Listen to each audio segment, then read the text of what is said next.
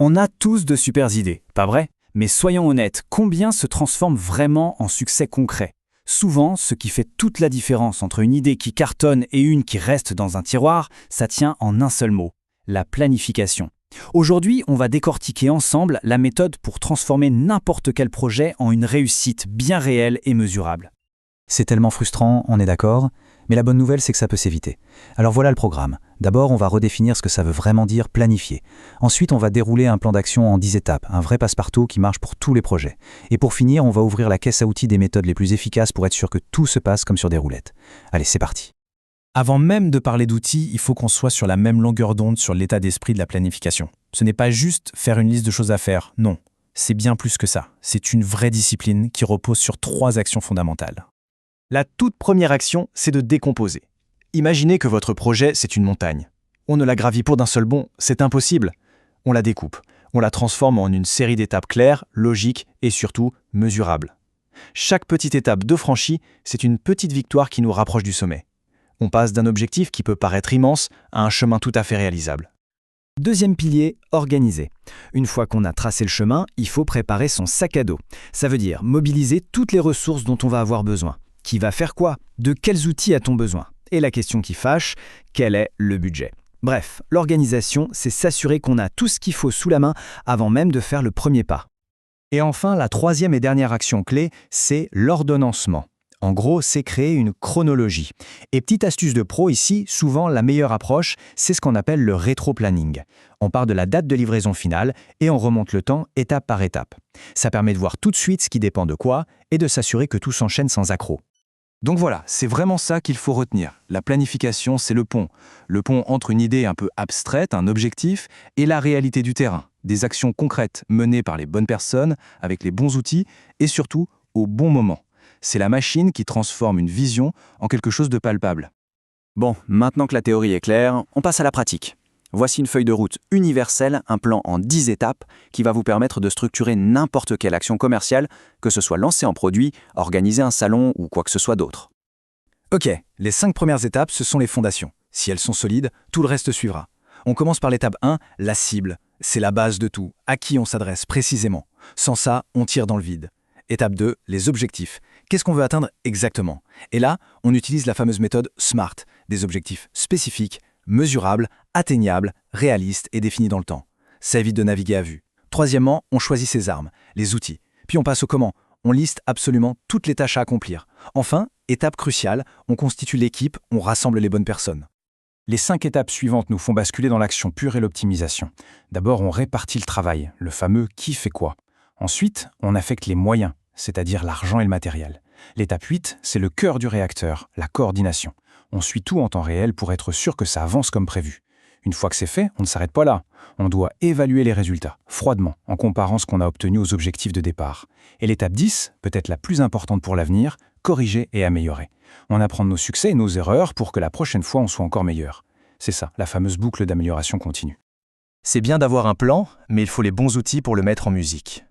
Alors passons maintenant à des méthodes très concrètes qui vont nous aider à clarifier, à prioriser, à visualiser et, au final, à améliorer n'importe quel projet. Le premier outil est un véritable couteau suisse pour le cerveau, la méthode QQOQCP. Derrière cet acronyme un peu barbare se cache cette question toute simple. Qui, quoi, où, quand, comment, combien et pourquoi? C'est comme un interrogatoire systématique de sa propre idée. Prenez un projet tout flou, du genre organiser une journée porte ouverte. En répondant à ces questions, l'idée va se transformer en un vrai cahier des charges. Regardez comme c'est puissant. Quoi? Un événement pour lancer notre nouveau produit? Qui? Nos clients, des prospects et la presse locale. Où? Directement dans nos locaux. Quand? Le 15 du mois prochain. Comment? Avec des démos, un petit buffet. Combien? On se fixe un budget de 5 000 €. Et pourquoi? Pour générer 50 contacts qualifiés. Voilà, en même pas une minute, le projet a pris corps. L'outil suivant s'attaque à un problème qu'on connaît tous. Cette fameuse liste de tâches longue comme le bras qui finit par nous paralyser. La matrice d'Eisenhower, c'est le filtre ultime pour savoir par quoi commencer et surtout ce qu'il ne faut pas faire du tout. La beauté de cette matrice, c'est sa simplicité. Tout repose sur deux axes, l'urgence et l'importance. Une tâche est urgente et importante, comme un client furieux a rappelé, on la fait tout de suite. Urgente mais pas très importante, genre commander des post-it, on délègue. Ni urgente ni importante, on élimine, sans pitié. Mais la vraie mine d'or, le secret de la productivité, il est dans le quadrant important mais pas urgent. C'est là que se cache la stratégie, la réflexion de fond, l'innovation. C'est là qu'il faut planifier du temps. C'est incroyablement libérateur. Une fois qu'on sait ce qu'il faut faire, il faut visualiser quand le faire. Et pour ça, l'outil roi, c'est le diagramme de Gantt. Ça transforme une simple liste de tâches en une véritable carte temporelle du projet. D'un seul coup d'œil, on voit comment tout s'articule dans le temps. D'ailleurs, en construire un à la main, c'est un excellent exercice de logique. On liste toutes les tâches, on estime combien de temps chacune va prendre et surtout, on identifie les dépendances. Par exemple, c'est impossible d'envoyer une campagne emailing avant d'avoir créé les visuels. C'est ça une dépendance. Une tâche qui ne peut pas commencer avant qu'une autre soit finie. Faire un Gantt à la main, c'est très formateur. Mais on vit à une époque formidable, non ? Aujourd'hui, on peut aller beaucoup plus vite. On peut carrément mettre ce processus sous stéroïdes grâce à l'intelligence artificielle. Et franchement, c'est devenu un jeu d'enfant. Il suffit d'ouvrir un outil comme ChatGPT, de lui décrire le projet en langage normal, du genre « crée-moi un diagramme de Gantt pour ça, avec ses tâches, ses durées », et hop, l'IA génère les formules exactes qu'il n'y a plus qu'à copier-coller dans un tableur. C'est quasi magique. Les outils qu'on vient de voir, ils sont parfaits pour un projet précis. Mais le véritable succès commercial, celui qui dure, il se construit sur le long terme. On va donc maintenant s'intéresser aux systèmes qui permettent non pas de réussir une fois, mais de s'améliorer en permanence. Et voici le moteur de cette amélioration permanente, le cycle PDCA, qu'on appelle aussi la roue de Deming. C'est une philosophie, une façon de penser, qui garantit que chaque projet qu'on lancera sera meilleur que le précédent. Ce n'est pas une ligne droite, c'est une roue qui ne s'arrête jamais de tourner. La logique est d'une simplicité redoutable. D'abord, on plane ce qu'on va faire. Ensuite, on le fait. Do. Après, vient l'étape que beaucoup oublient. On vérifie. Check.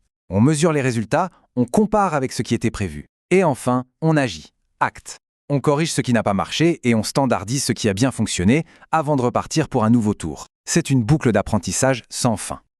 Mais que faire quand, à l'étape vérifiée, on se rend compte que quelque chose cloche ? Avant d'agir et de corriger, il faut comprendre la cause profonde du problème. Et pour ça, il y a un outil de diagnostic génial, le diagramme d'Ishikawa. Il nous aide à ne pas traiter juste le symptôme, mais bien la racine du mal. Cet outil est brillant car il structure la réflexion. Pour trouver la cause d'un problème comme une baisse des ventes, il nous force à explorer systématiquement 5 grandes familles de causes, les fameux 5M. Est-ce un problème de matière, genre des ruptures de stock, de main-d'œuvre, une équipe mal formée, de méthode, de matériel, ou peut-être du milieu, avec un nouveau concurrent? Ça a permis de balayer toutes les pistes et de ne rien oublier. Voilà, le tour d'horizon est complet. On a vu comment passer de l'idée à l'action. On a un plan 10 étapes, une boîte à outils bien remplie pour clarifier, prioriser, visualiser et s'améliorer constamment. Le pont entre les belles idées et le succès est construit. Il n'y a plus qu'une seule question qui compte maintenant, qu'est-ce qu'on va choisir de bâtir en premier ?